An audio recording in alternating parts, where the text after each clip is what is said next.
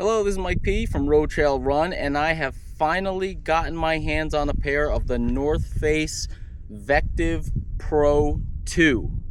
This is probably the last of the trail super shoes that I have not tried yet. This year, I've done an extensive review on the Tecton X3, also the Adidas Terrex Speed Ultra, which I've raced in a 50 miler. I've yet to race in the Tecton X3. Last weekend, I took these out for a test race. It was a 16 mile, 27K trail race here in Boise Foothills. I did take quite a bit of race footage out on the course, which is pretty fun for me to do. I was huffing and puffing. It was a hard race, upwards of 180 beats per minute at times during the race while I'm trying to do a little bit of commentary on the shoe, so that should be pretty interesting. But before I get into some of those clips, let's talk about the details of the shoe. The North Face Vectiv Pro 2 comes in at 32 millimeters under the heel, 26 millimeters under the forefoot for a 6 millimeter drop, 3.5 millimeter lugs on the bottom. I'm not sure if those are factored into the stack height. That spec feels a little bit low for what they are, so I suspect maybe they're not including the lugs or something or other. It's probably a few millimeters higher in total stack. If you can see here, there's quite a rocker setup here, especially at the toes. Also in the rear, it's not quite as rounded as some of the Vectivs that I've run in the past. The first version was extremely rounded. This one is less rounded, but it's definitely noticeable up front at the toes. Also, there's a full-length carbon fiber plate in here. It's forked at the front and also forked under the heel, and also you have these stability wings over here. There's some tiny ones up front, some along kind of the ball of the foot, and some around the rear area. I know some people have had some issues with these front wings in the past. I've gotten comments about it. We've had testers have issues with other winged carbon fiber Vectiv versions in the past, so I'm going to talk about that a little bit later in the review. The weight of this shoe in my US 10.0 comes in at 296 grams, 10.4 ounces, which is a solid weight, but it is slightly heavier than the two super shoes I mentioned earlier, the Adidas Terrex Speed Ultra and the Tecton X3. My Tecton X3 in the same size comes in at 276, 9.7 ounces. The Speed Ultra, I believe, is around 9.5 ounces. So these are a little bit heavier than those. I think that comes from the midsole being a little bit denser, and also you have a little bit more of a platform on the ground, and there's a little bit more solid upper here. So I'm going to take these out for another test run while I hit you with some race footage, and after that I'll come back with a more detailed analysis and my final thoughts on the Vectiv Pro 2.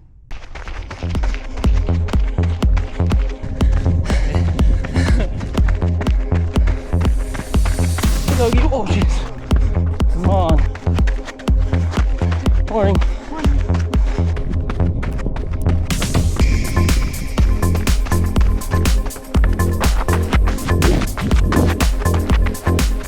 Hello.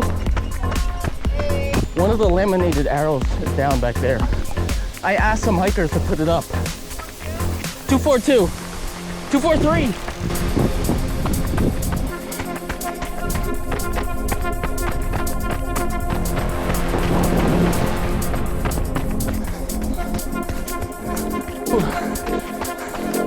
Morning.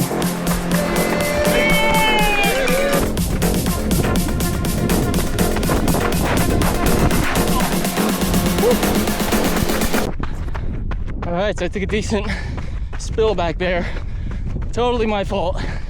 I was feeling so good with the handling of this shoe. I decided to make a sharp cut on some kind of bold rocks covered in sand. One foot completely slipped in the sand.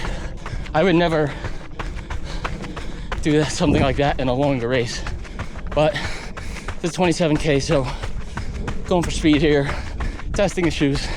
So this is definitely best fitting, the most secure upper of any of the high stack carbon plated trail super shoes. Fit is great. Mid foothold, excellent. Heel is great. I had some reservations about the rigidity of the heel cup, but I'm 10 miles in right now, pretty hard running. I don't feel anything, so I'll walk through that a little bit when I sit down and I'm not in the middle of a race. Probably got about 10K to go here. About 180 beats per minute, which is about 90% for me.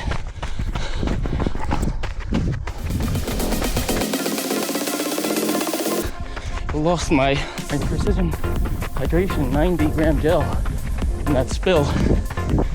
Should be okay though. 10K to go. The ride of the shoe, the plate impulse, just phenomenal. I feel like you could keep the legs turning over. That plate just smooths out everything. Really helps in the transition when you're kind of cresting an incline. You feel that heaviness as it flattens out or you just start descending. This shoe really gets you going. It's great. Downtown Boise in the distance, heading back.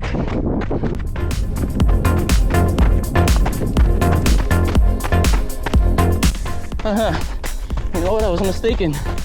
Just kind of got shoved down in the bottom of my pocket.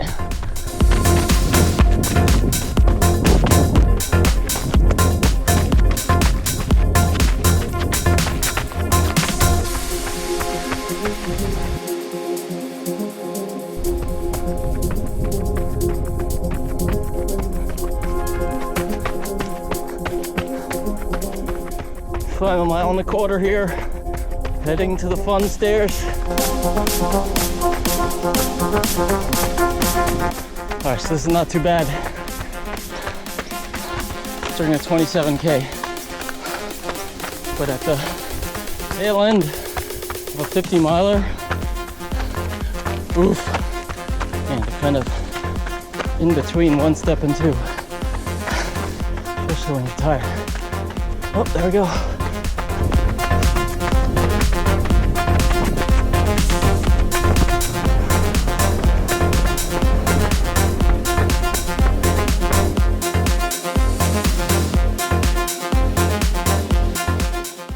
Alright, so I hope that was interesting, going out for a little race with me. So you saw me take a big crash down there, so I guess we'll start from the bottom up and take a look at the outsole. We've got 3.5 millimeter lugs here. They're kind of on the shallow side and they're also kind of spread out. You don't really have the deepest traction here, okay? My fall in that race was probably 90% my own fault. I was running super fast, put my foot at an angle, and as you can see with these lugs, if you push them to the extreme on kind of loose, sandy stuff, you're probably gonna have a little bit of slippage, and that's what happened to me. So the outsole, I think, could be a little bit deeper lugs, but in most terrain, they should be fine, I should say. This shoe's meant for speed. It's not meant for deep mud. It's not meant for, I don't know, really rough and deep rocky terrain, I would say. It could probably handle its own at certain ultra type speeds, but you don't want to be pushing on the edge of this outsole. Now let's move on up to the upper. I talked about during the race, this is probably the most secure fitting shoe of any of the Super Stack trail shoes. I was really impressed. I feel super locked in. I feel like this shoe from the ball of the foot back it's like glued to the bottom of my foot, and the heel hold especially is exceptional. Inside the heel, I'll move up, I'm a little concerned. The lower heel area is pretty rigid in there. It's actually very firm. There's a little bit of flex, just the material itself, and the lower heel is firm. But during the race, 16 miles, a little over 2 hours hard running, it didn't affect my heel at all. I didn't even have any hot spots, so that's really, I would say, not an issue until further notice.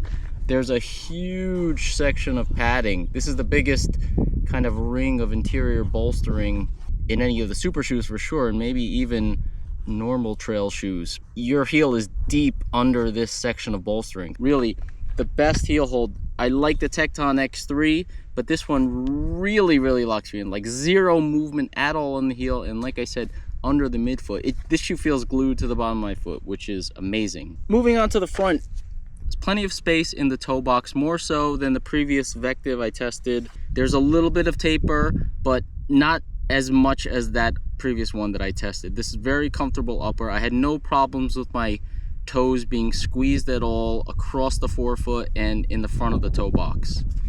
One thing I have to note, if you look at the rocker of this shoe, there's a really big toe sweep. So I do feel my big toe and my second toe on the bottom of the shoe, which is a little bit different than the other shoes. As I'm running, I feel my big toe and my first toe on the bottom of the shoe, as if the front of this is pressing up into it. It's a little bit of pressure. It feels it feels a little bit weird, I have to say, but maybe that's just something you have to get used to. Again, you have that efficiency of not flexing your toes. It's keeping your toes kind of flexed, but in doing that, you know, the bottom of the shoe is pressing up against your toes. I didn't have any hot spots, no blisters, anything like that. Again, 2-hour run. That's something I want to kind of check out in a longer run. I have 100K coming up, Kodiak 100K, hopefully next weekend, so I'll see about that. And finally, the middle of the shoe, the midsole. North Face Dream Foam. I don't want to call it firm, but it's firmer than some of the other super shoes. Especially firmer, noticeably firmer than the Tecton X3. Also, the Terex Speed Ultra has that real soft kind of road shoe responsive bounce to it. This shoe is not quite there in terms of softness, but in terms of responsiveness, it's 100% all there. It's probably a combination of the foam and also the carbon fiber plate. This is probably the most responsive carbon fiber plate in a trail shoe that I felt. When you hit that midfoot, it really wants you to go. I mean, the combination of the foam and the carbon fiber plate, the propulsive effect is definitely the strongest I felt in the trail shoe. And like I said, with that upper fit and security, it feels extremely stable. I'm almost kind of shocked that you can have this much propulsive carbon fiber plate effect in a shoe and also be pretty stable. The last point I'm going to mention here, some runners have had issues with these wings up front, and I have to say I did notice it. I'm going to play a clip as I'm talking about it here.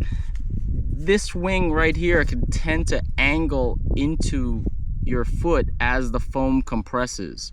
I didn't feel anything on the rear wings, didn't feel anything on the lateral wing, but the medial side, when you compress that foam, it seems to kind of bend into your foot. Now, interestingly, I don't feel it at all in my left foot. I know my right foot tends to pronate very slightly more, so sometimes I notice differences when testing shoes in my right foot and my right shoe more than my left foot.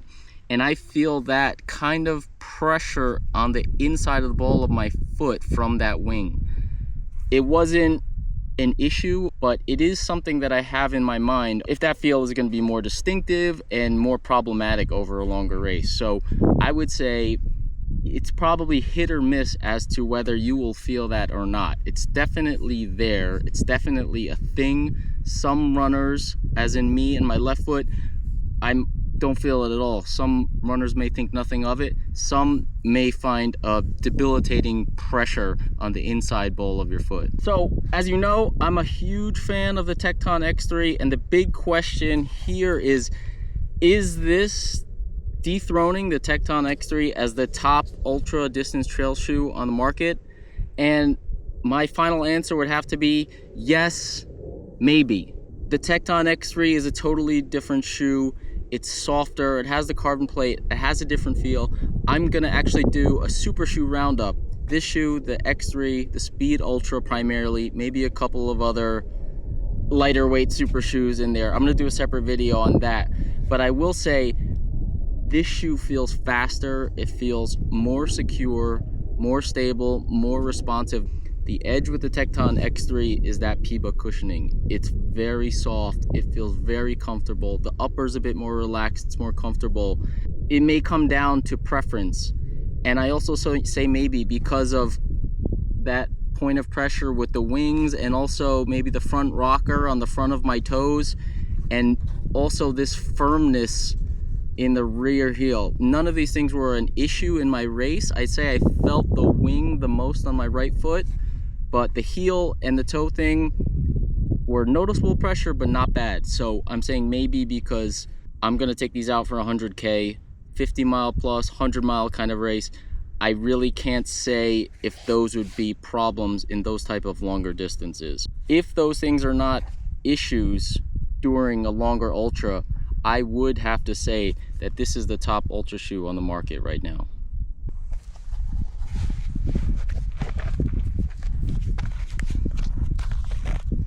Oh, and by the way, Jeff V sent me these shorts. He said they were a little bit too racy for him.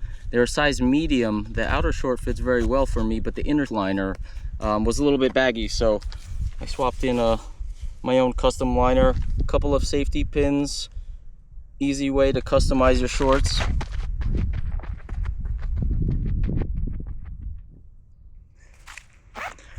So any questions, comments, please feel free to fire away in the comment section.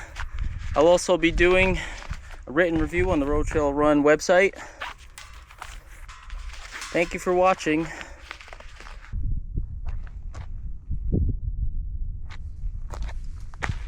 Pretty snazzy kit, huh?